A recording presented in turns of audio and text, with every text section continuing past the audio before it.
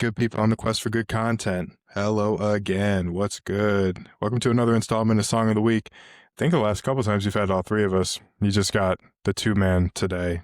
Master of the channel himself, Jordan, and me, Bill Farrow. Hope y'all are doing well. Jordan, what's going on, bro? Good, man. I think we're the OGs of Song of the Week. The first 2 months probably was just me and you. So happy to have the original crew back this week. Yeah, man. Um, any standout highlights from the past week? You've been listening to anything pretty cool before, maybe like the honorable mentions for songs of the week? Tell me what's on your mind. Yeah, so I actually have been listening to some good stuff. So I talked about, I think it was 2 weeks ago now, I talked about how I'm in a transition in my life with work, going through the job hunting, but really doing like more so than job hunting, doing just like some time to reflect and like kind of rebuild and like, I feel like I'm in like a Rocky montage of like building up for this big fight. Yeah, But man. yeah, so in getting back to that, I started listening to a lot of Kid Cudi, and I went back to the first album, the Man on the Moon album, which is fantastic. It's an album I haven't listened to in a while. Classic And it, album. yeah, and it takes me back to like this kind of iteration of Jordan and the music that he was listening to at that time. So for me, that was kind of last year of high school going into college. I believe Man on the Moon came out my freshman year of college. And yeah, like it took me back to kind of those emotions that I was feeling at that point in my life as a young 18-year-old, kind of trying to figure out where life was gonna take him next. And so the song that was really kind of playing on loop in my head was Pursuit of Happiness, which is obviously this song that's all about, it's about Cudi like kind of telling everybody in his life like, yo, I'm gonna go after this. Like I have this dream, I'm gonna go after it. And you can have your opinions on it, but this is how I feel, and this is what I'm going to attack. And it was one of his biggest songs to date, and a really important song for a lot of people's lives, especially our age at that time. So I was going to pick that song because I've been really in this mode of like I'm rambling a little bit here, but roll with me. So I've been meeting with this career coach, and it's been interesting, man. They've been like therapy sessions almost, which I didn't anticipate. And he asked me a question the other day. We were having a meeting, and he asked me a question, and he said, "You've brought up this YouTube channel media platform now in every meeting that we've had."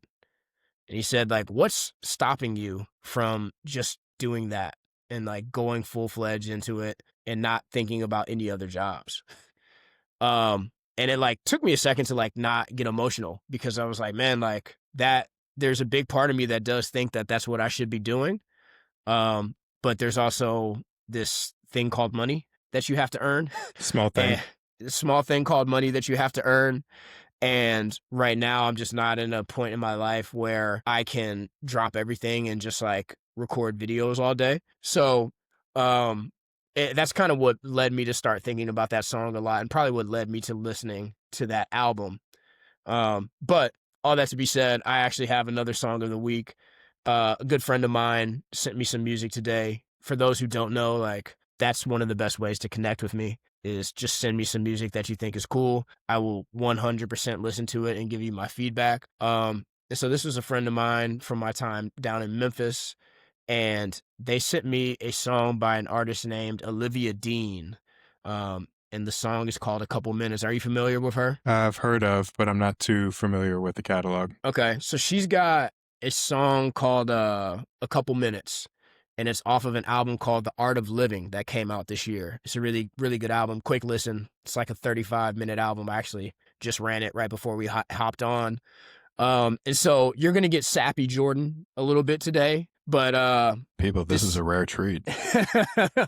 uh, so this is a song about running into somebody that you used to be involved with romantically, even to the point of like, I'm in love with this person.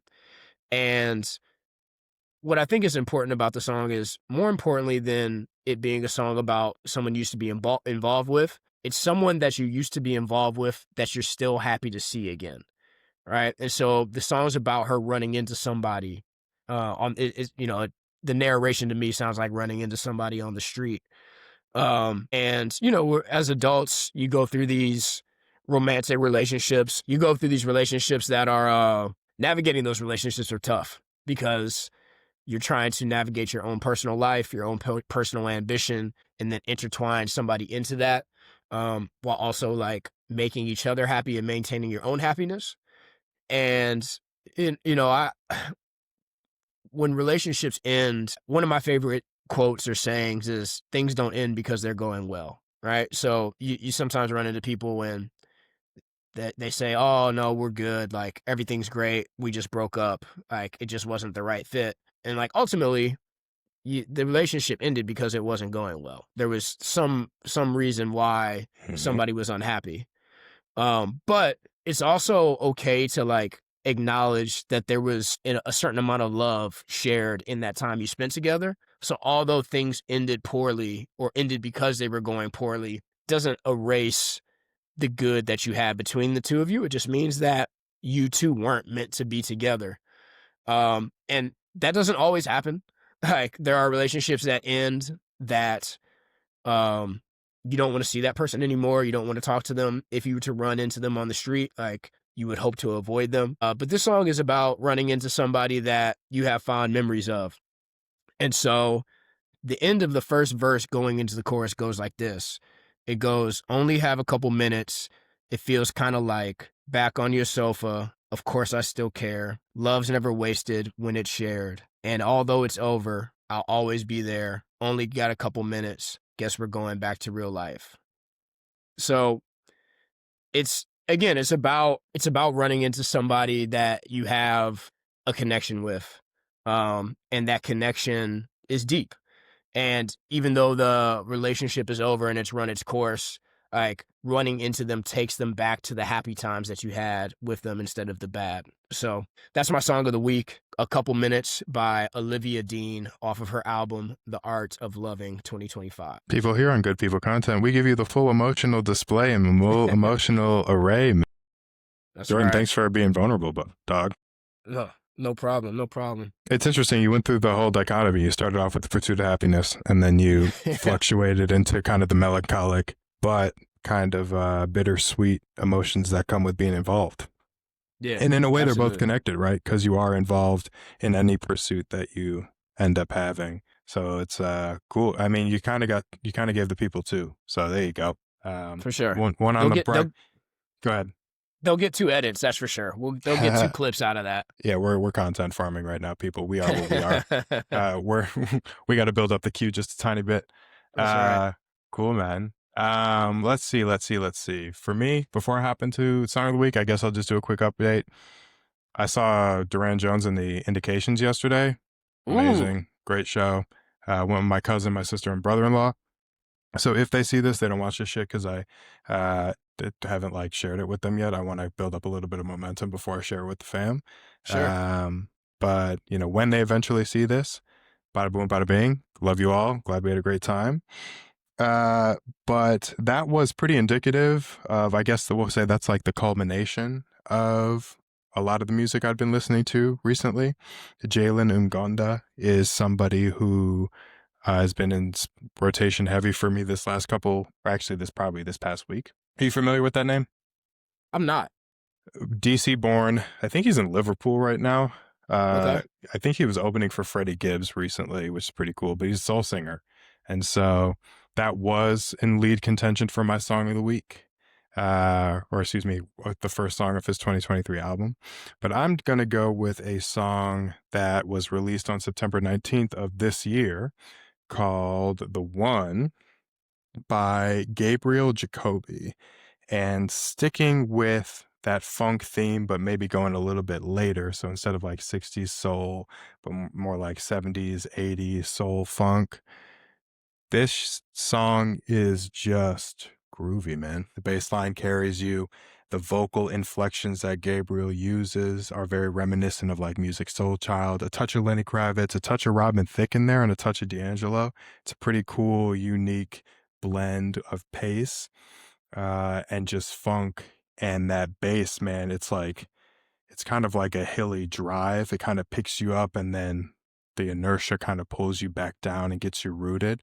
And then the layering of the vocals feels really, really, really kind of achy and stretched when you start stacking them towards the end, and creates this layered effect that really feels like you're kind of combing through the weeds looking for the gems. It's almost like you dropped a quarter and you're trying to find it in the grass, because there's like value in it. Even if it's a small amount of money, it's still money. So you want to go make sure you keep all of it in your pocket. Yeah. So that's what it sounds to me like, man. And the visuals are cool. I think he's at a roller rink, if I'm remembering correctly, because I only saw it once. And they're just vibing out, man. It's pretty cool. Gabriel Jacoby, The One. That is my song of the week. Recently released. Another song I'm a bit fond of, released same day as well, but maybe I'll just recycle that for the next one because we're content farming people. We're a little bit shameless. No shame at all. You've been into the R&B a little bit lately, because last week you hit us with some D'Angelo, right? Yeah. I don't know what's going on. I guess I just want to hear, as I'm preparing to get back in the studio to take a swing at this latest EP, I think I just want to hear non-rap music so I can make sure that I'm combing through my base ideas and I'm not being too heavily inspired by people who eventually I would like to be like to consider peers or inspirations. I just want to pull from different places. So also the golden age of rap and all that, 90s, early 2000s, it all pulls from soul, funk, jazz, blues. So trying to get as close to the root as I can from a writing perspective, maybe not a production perspective, because sampling is expensive and there's a lot of layers with the law and getting things cleared. But yeah, it just feels right to immerse myself in a different space as I try to get to the root. Yeah, it's interesting that you say that you're not trying to be influenced by other artists at this time, as you're like getting ready to really tap into your creativity the most. I always find it interesting because everybody has different thoughts about that, right? Like, Mm-hmm. I thought you and I both talked after we interviewed Larizi Mm-hmm. about how open he was about how much he would, like, he even said a couple times in our interview, like, I was trying to imitate this exact artist. I go back and forth with podcasting on how much other podcasters I want to listen to as I'm like really trying to focus on what we're doing. Um, I've got a few that like I kind of routinely listen to, and then I try to like sometimes get that out of my rotation a little bit, because there's been a couple times, especially when you and I first started. So I listen to Bill Simmons a lot. People that Mm-hmm. know me know that. Um, and there was a couple times when we first started where I said like a phrase or something that I just straight up ripped from Bill Simmons, and I did it totally unintentionally. Like it was just imitation. And now like I've gotten out of that a little bit. I haven't had that issue as much. But I go back and forth on how much I want to listen to other people's art to influence my own art, because ultimately, like, everyone's stealing ideas, everybody's being inspired by the creativity, but it is a tough line to kind of straddle right there. So that's Mm-hmm. interesting that that's how you're approaching it. Yeah, I guess for me, when I get creative, I just want the most authentic documentation of myself in the moment or in the period of time that I'm doing it. Yeah, First EP bill sounds different than second EP bill, sounds different than third EP bill. And all of those were experimental because I've been tapping into different sounds, techniques, ideas just to see where my skill set lies and where my pocket is. yeah, But the idea is, like, I've said this, I think, on one of the first songs I ever recorded, is I just want to sound like me. And I can't necessarily sound like me if I've got somebody else's flow in my head or I've got somebody else's album concept in my head. I'd rather pull from spaces that aren't necessarily a direct overlap so I can catalog this holistic human experience that I'm living. Because even if I never made a nickel, I'm hoping to get married and have kids and have grandkids one day if this planet is still around. Given the way we're going, I'm not sure. But I'd like to show them that I didn't just sit around and vegetate, you know? yeah, I was helping you with your channel. I was making music. I was practicing guitar, picking up instruments. I was having a holistic human experience because, whether I get famous or not, or rich or not, or whatever through this art, I was here. Might as well make a little shit shake while I'm here and make it happen. yeah. No, absolutely, man. Absolutely. Well, I think that's a good point to end on, Bill. You're always poetic. So, Yeah, unintentionally. I'm sorry if I sound like preaching, y'all, but I guess nah, I I just love got it. interrupted a lot as a kid and now I got a forum to talk. So, Hey, That's why this exists, so Mm-hmm. we can get our thoughts out there. So, well, if you don't have anything else, we can wrap up. Again, everybody, go ahead. I was sorry to interrupt. I think No, the you're only good. thing I just want to echo your earlier sentiment. Sorry for getting on the soapbox again. Is just pursue things with enthusiasm, people.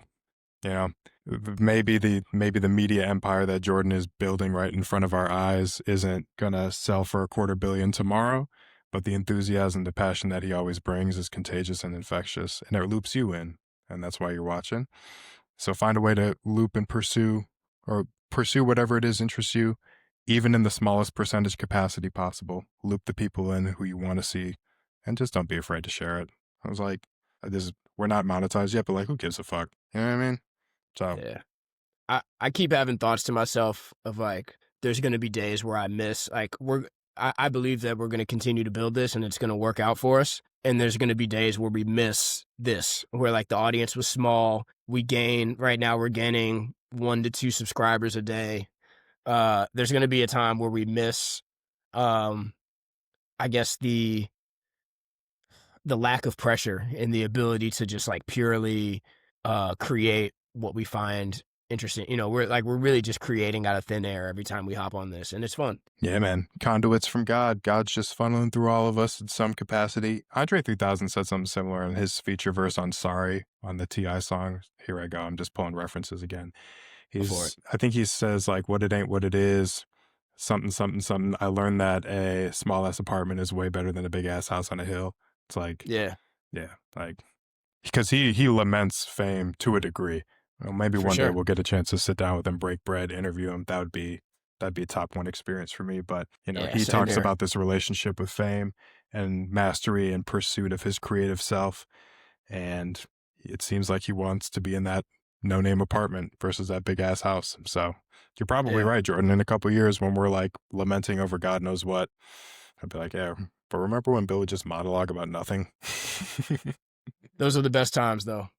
All right, man. Well, on that note, I always want to thank everybody who listens and watches, whether it's 1 or 2 people or if it's, I think we got almost 700 views on the Larizi interview now. Uh, we appreciate every single person that clicks one of our videos or clicks one of the links on Spotify or Apple, podcast, whatever it may be. We appreciate it. We appreciate everybody tuning in. So you guys know who we are at this point. Until next week, we'll see you. Peace.